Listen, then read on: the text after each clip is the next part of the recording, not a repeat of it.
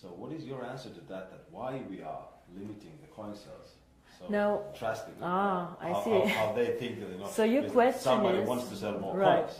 So your question is, some of us mine coins and they go to the internal exchange, and some of us sell coins and buy coins. Yeah. So as OneCoin, as I say, is 1 year old, first of all. It's not like Bitcoin, it is not a liquid market yet. So it means that there might be a day where we have a huge demand for coin sales or huge demand for coin buying. And this is why we as a company always say buying and selling the coin should never be a reason why you join. The coin actually needs to be used. So we need to have some time, and I say always it's 3 to 5 years until we really manage to have a usability and a liquid market where you can do unlimited sales and buying actually on the market. Until then, Kari, if you do not have limits, for example, what can happen is that one person with a huge sales order or huge buy order can distort the price a lot. And this is what happens to Bitcoin often. I don't know if you see all this going up, down in a very, very big amount. And this is called volatility, and we do not want to have a very big volatility for our coin. People do not understand how it can be that Bitcoin today is worth $500 and tomorrow only 400 within a day. This is very disturbing, and if you are a merchant who takes Bitcoins, you don't want to have this. Because you want to be sure that if you take a Bitcoin today, it will not be valued 20% or 30% less tomorrow. Of course, you're very happy if it's valued 30% more, but it goes both sides. Absolutely, yeah. So cryptocurrency is one of the riskiest assets actually out there. High volatility, low liquidity on the markets. So for us to achieve a high liquidity, we need to work first on the value creation of the coin, on the liquidity, and it will take time. So all these people, why we have created this exchange? We have created it so people can learn to trade it, but it's not a self, the idea is not just that we go buy and sell the coin there, but we wait for the usability of the coin. This coin is very, very young. We have so much way to go, but we have created miracles already. So I'm looking very, very positive into the future. But remember, the internal exchange is demand and supply. So you have to find somebody who wants to sell coins to buy, and the other way around. So the company itself is not obliged to buy back your coins or to sell your coins. If I don't have coins, I cannot sell them. Yeah? And as a company, we do not buy back the coins. So it's always you selling your coins to somebody else or somebody else buying from you. Don't forget also a bit the time differences. When China sleeps, you're awake, and so on. So sometimes, as I said, the market is not liquid and not efficient yet. And then the other question is, which relate to that, is that how is the value created? Now, there are two questions I think inside here. First is what is the value of cryptocurrency, and the second is how do we determine today if one coin is valued €1, €2, or €5? Yes. So we have a concept which is called mining difficulty. And there are calculators out there on the internet for Bitcoin. Everybody can Google them. You just Google Bitcoin mining difficulty calculator and you see how this is calculated. It's a very, very simple thing. You calculate, one is electricity costs for the mining, and the second is computer power. So to mine a coin, you need obviously a computer to do some calculations and electricity to get the computer running. So depending on these two things, the mining difficulty grows or goes down. It goes both ways. It can go up, it can go down.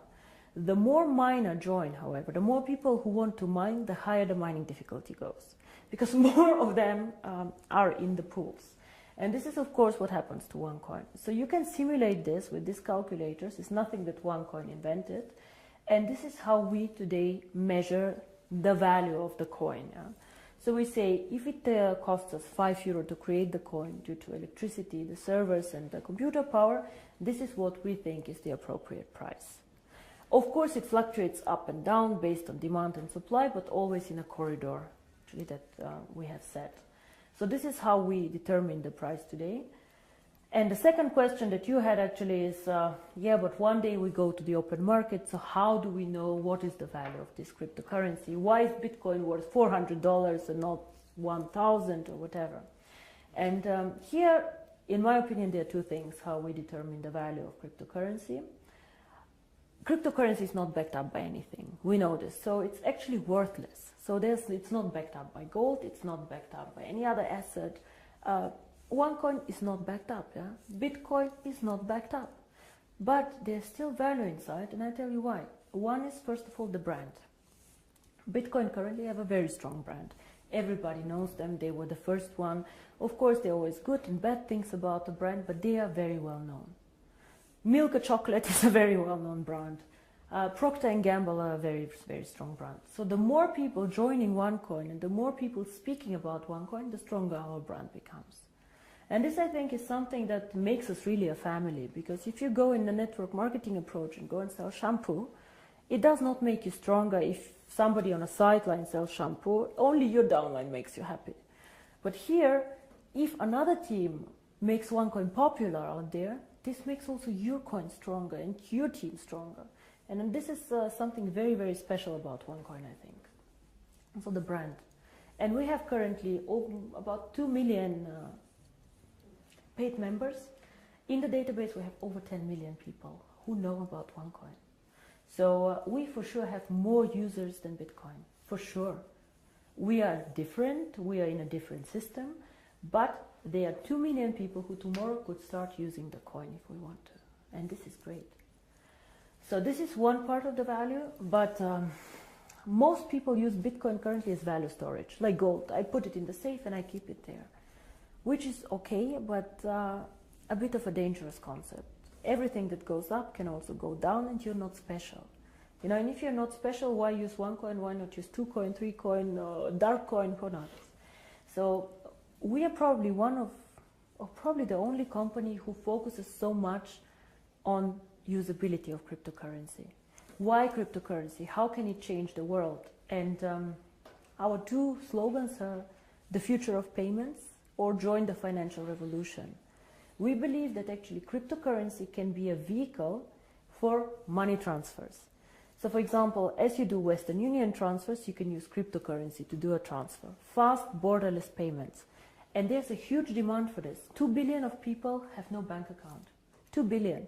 Of course, we cannot capture all of them. But again, if we capture only 10 million or 100 million people, it's a network. It grows so fast. We see what happened, you know.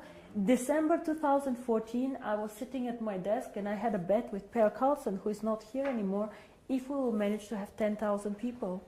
And we did a huge celebration with 10,000 people. Today we have 2 million after 12 months. It is incredible, and this is the network effect. The more people know about OneCoin, the more they will come and the stronger the brand.